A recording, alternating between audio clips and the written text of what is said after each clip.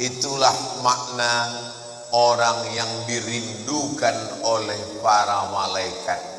Kam min masyhurin fil ardi walam yakun ma'rufan fis sama. Berapa banyak orang yang masyhur di bumi, viral, tapi malaikat di langit tak pernah kenal dengan dia. Tapi berapa banyak orang yang di dunia tak viral, tak dikenal orang, tak punya akun Facebook, Twitter, WhatsApp, tapi malaikat-malaikat penjaga pintu langit sudah lama merindukan dia.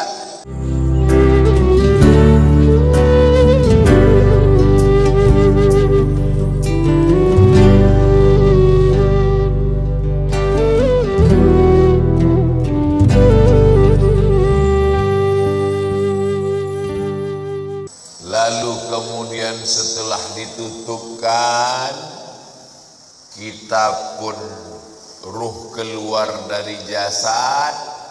Lalu kemudian kemana pergi ruh itu? Ruh itu dibawa oleh malaikat. Dalam hadis riwayat Imam Ahmad bin Hanbal, ruh dibawa di atas kain kafan dari cahaya, lalu kemudian mengetuk pintu langit. Lalu kemudian malaikat yang menjaga pintu langit menengok ruh. Apa kata malaikat penjaga pintu langit? Inilah orang yang amalnya kami tengok 2 kali sehari. Habis subuh, malaikat yang menjaga di waktu malam datang membawa amal dia. Habis maghrib, malaikat yang menjaga di waktu siang datang membawa amal dia. Amalnya kami tengok 2 kali sehari, tapi orangnya baru ini kami jumpa. Itulah makna orang yang dirindukan oleh para malaikat. Kam min masyhurin fil ardi walam yakun ma'rufan fis sama. Berapa banyak orang yang masyhur di bumi, viral, tapi malaikat di langit tak pernah kenal dengan dia. Tapi berapa banyak orang yang di dunia tak viral, tak dikenal orang, tak punya akun Facebook, Twitter, WhatsApp, tapi malaikat-malaikat penjaga pintu langit sudah lama merindukan dia, karena malaikat selalu membawa amal-amal dia. Mudah-mudahan amal-amal kita termasuk yang selalu lalu lalang di lalu lintas langit, dan orangnya masih di bumi, masyhur di bumi, masyhur juga di langit. Tak perlu masyhur di bumi, yang penting masyhur di antara malaikat penjaga pintu langit, insyaallah. Amin ya rabbal. Ini malaikat yang ikut sholat subuh bersama kita ini, habis itu dia bawa amal kita. Lalu malaikat penjaga pintu langit menengok, oh, amal si fulan tahajud tadi malam, amal si fulan sholat sunat hajat tadi malam, amal si fulan berzikir tadi malam, amal si fulan sholat subuh berjamaah. Amalnya ditengok malaikat tiap hari, tapi orangnya masih berjalan di atas muka bumi, sampai akhirnya kita pun mati. Lalu ruh itu dibawa oleh para malaikat. Kenapa ada orang yang waktu penutup mukanya dibuka tersenyum? Kata Ustaz Somad, mati itu sakit. Kenapa ada orang yang mati tersenyum? Karena sebelum dia mati, malaikat mengepakkan sayapnya, lalu di sayap itu dia sudah menengok tempatnya di surga. Begitu nampaknya tempatnya di surga, tersenyum dia, saat dia tersenyum itulah malaikat mencabut nyawanya. Maka ada yang mengalahkan sakit. Yang mengalahkan sakit adalah menengok tempat di surga. Mudah-mudahan kita termasuk orang yang menengok tempat kita sebelum kita mati. Ustaz Somad sudah pernah menengok tempat Ustaz di surga. Saya jangankan menengok tempat di surga, menengok tempat parkir mobil pagi ini pun tak tahu saya. Karena menengok tempat di surga itu nanti ketika kita mau sakratul maut. Masa iya Pak Ustadz, sakitnya mati bisa dikalahkan? Itu logikanya begini, rasionalnya begini. Ibu habis melahirkan anak, sobek dagingnya, mohon maaf, sakit. Tak usah saya ceritakan sakitnya. Nanti kalau saya ceritakan ibu-ibu, alah macam pernah aja Ustaz itu. Ibu sedang terbujur sekarang di rumah sakit. Baru saja disobek dokter kulitnya. Koyak mengeluarkan bayi. Tak lama kemudian datang bidan membawakan bayi. Lalu ibu pun menggendong anak itu. Ibu senyum atau tidak? Senyum. Yang saya tanya, sakit atau tak sakit? Inilah hebatnya.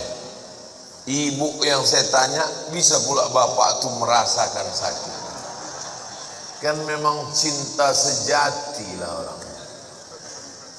Ibu itu baru saja melahirkan anak, nyawa taruhannya, koyak dagingnya, tapi menengok anak tersenyum dia.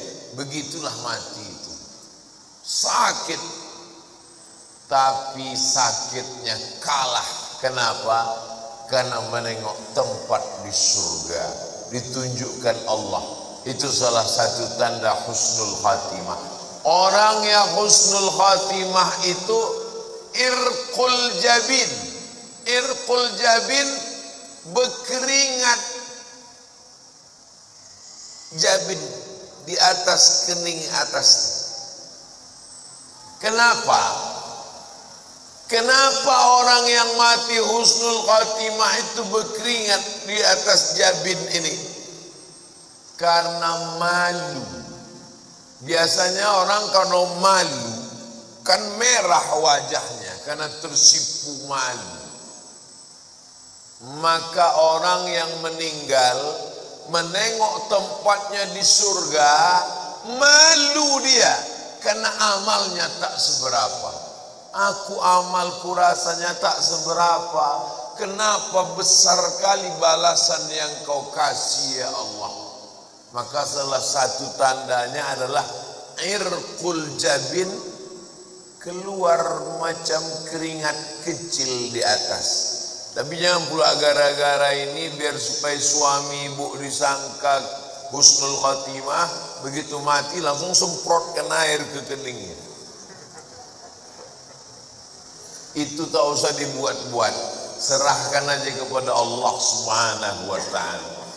Ini yang saya sampaikan ini menurut hadis-hadis yang sahih, supaya kita bersiap-siap. Maka jangan lupa berzikir.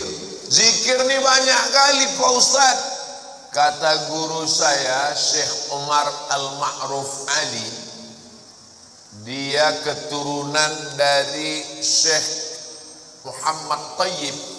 Syekh Muhammad Tayyib ini murid langsung dari Syekh Muhammad bin Abdul Karim Samman dari Madinah. Kata dia, Abdul Somad, kalau kau payah memilih-milih zikir yang banyak, kau amalkan aja 3. Yang pertama istighfar, yang kedua solawat, yang ketiga la ilaha illallah. Istighfar itu membersihkan cawannya. Ini cawan kotor. Kalau dituang air zam-zam ikut jadi kotor. Bersihkan dulu. Membersihkan cawannya dengan istighfar. Astaghfirullahaladzim, astaghfirullahaladzim, astaghfirullahaladzim, astaghfirullahaladzim, astaghfirullahaladzim. Bisa 100 bagus, bisa 200 bagus, bisa 1000 bagus. Setelah istighfar, baru kemudian wangikan dia, harum semerbak, mewangikannya itu sholawat. Allahumma salli ala Sayyidina Muhammad wa ala ali Sayyidina Muhammad. Allahumma salli ala Sayyidina Muhammad wa ala ali Sayyidina Muhammad. Setelah dia wangi, barulah kau tuangkan air. Airnya itu adalah afdhalul dzikri fa'lam annahu la ilaha illallah. Ini masalah zikir ini, jangan karena mau ngejar cepat lalu bunyinya tak jelas.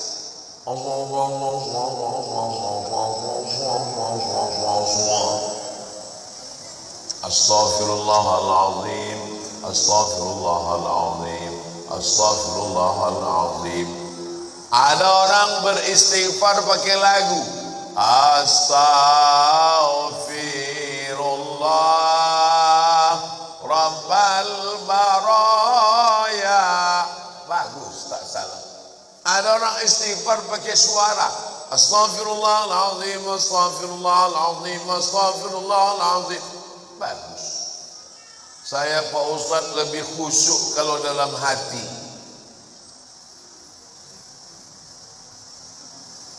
Bagus. Masalah berzikir ini, zikir kuat bagus.